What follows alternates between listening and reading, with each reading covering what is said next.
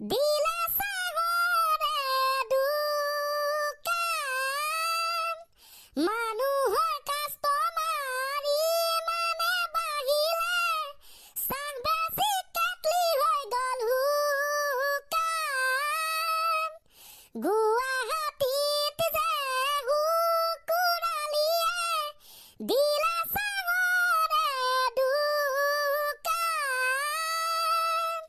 Viral হৈ গ'লা বহুত সোনকালে তুমি ভাইৰেল হৈ গ'লা চাহ বেছি বেছি পইচা কমালা তুমি পইচা কমালা লগতে আকৌ ফেচবুকতে ইনষ্টাগ্ৰামতে হুপা ভিউজ আনিলা এ মজা ঐ মানুহৰ কাষ্টমাৰ ইমানে বাঢ়িলে চাহ বেছি কেটলি হৈ গ'ল শুকান গাইছ মনটো আছিল শুকুৰালী দোকানত গৈ চাহ একাপ খাই অহা কিন্তু বহু দূৰত হৈছে যে পিছে কোনোবাই খাই পাইছে নেকি কমেণ্ট এটা কৰি দিবচোন ৰিয়েলি অবছলেটলি ছাৰ বোলো শুকুৰালী কলৈ গৈছা তুমি মই ওলালো চাহ খাবলৈ তোমাৰ দোকানত বুলি ৱাও তাৰ মানে আজি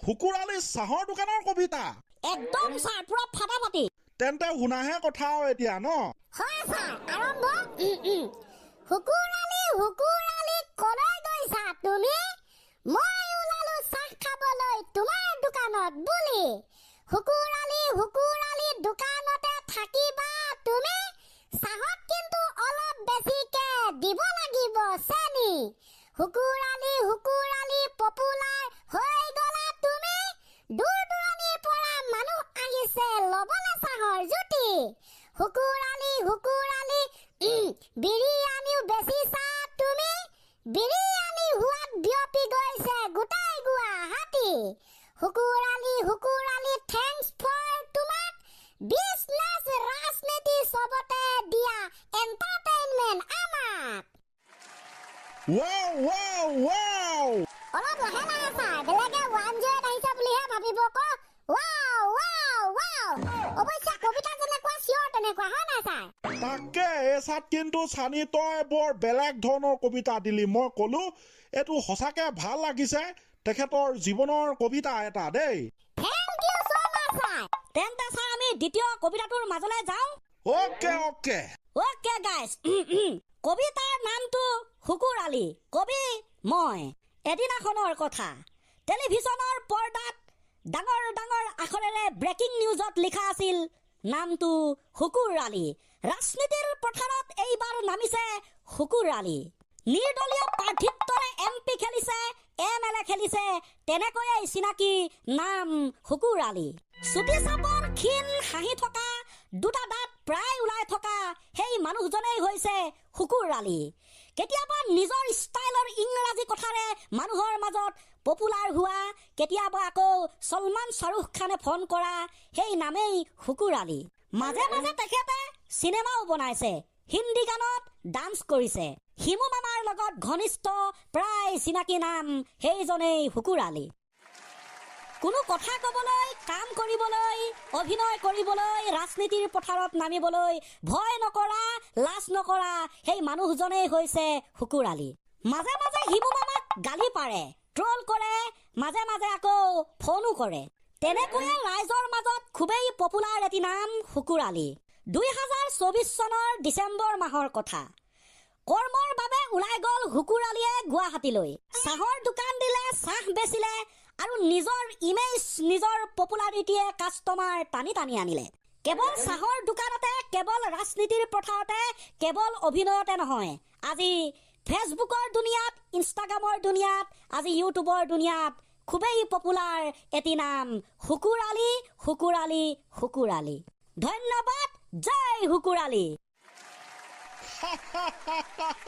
তামান হৈছে বৰ বেলেগ ধৰণৰ কবিতা মাতিলি তই বৰ বেলেগ ধৰণৰ নাম শুকুৰালী কাম শুকুৰালী হয় না ছাৰ তেনেকুৱা একদম ঠিক আছে পিছে গাইছ পুষ্পা 2 চিনেমাখন চালে নে আমি চালো সেইবাবে দুটামান ফিলিংছ শ্বেয়াৰ কৰিবলৈ জানিবলৈ বিচাৰিছো।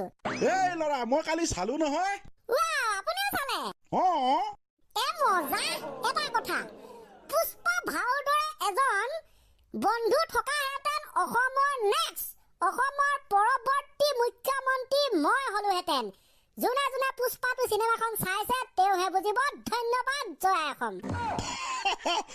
তো মাত্ৰ এখন ফটোৰ বাবে, একপি ফটোৰ বাবে পুষ্পা ৰাজাই গোটেই মুখ্যমন্ত্ৰীকে চেঞ্জ কৰি দিয়ে। খাটাৰা কিন্তু সঁচাকে দেই, চাব বেলেগ ধৰণৰ চিনেমা বনাইছে একদম। মই কলো তাকে পুষ্পাটো চোৱাৰ পাছত এটা কথা মনলৈ আহিল, আচলতে আমাক আমি কোটিপতি হ'বৰ বাবে কেৱল দিমাগ প্ৰয়োজন। দিমাগ খটাব পাৰিলে চব পচিবল, যেনে পুষ্পাটো লাইফ এক্সাম্পল বাৰু এখন চিনেমা। আৰু একেবাৰে সৰ্বশেষত মই গধূলি পুষ্পাটো চিনেমাখন চাইছো, ৰাতি সপোনত কেৱল কোটি টকাৰ সপোনহে দেখো। আজিও দেখিছো, কালিও দেখিছো, বেলেগ সপোনেই নেদেখো। শাক খোৱা ভাত খোৱা সপোন বাদ, কেৱল কোটি টকীয়া সপোন জিন্দাবাদ। সপোনৰ মতে কাম কৰিলে কোটিপতি বনি যাব পাৰ আকৌ দেই, ভালকে। মালিক হৈ যাম ছাৰ, মালিক। তাকে আৰু যি কি নহওক ভাল লাগিল ন চাই? পুৰা ভাল লাগিল। আজি শুকুৰালি কবিতা শুনিলো, কালি চালো পুষ্পাটো, মজা ফিলিংছ দে। তেনে এনেকৈয়ে আৰম্ভণি গীত হ'ব ক্লজিং দে, খতম কৰি দে। ওকে গাইস, তেনে শুকুৰালি চাহৰ দোকানৰ কবিতা কেইটা কেনেকুৱা লাগিলে কমেন্ট কৰিব। এতিয়া বহু ৰাতি হৈ গৈছে, হোৱা নাই বাৰু, আপোনালোকৰ হ'ব হ'ব অলপ পাছত। তো আমিও আৰু সামৰণিটো মাৰি দিওঁ।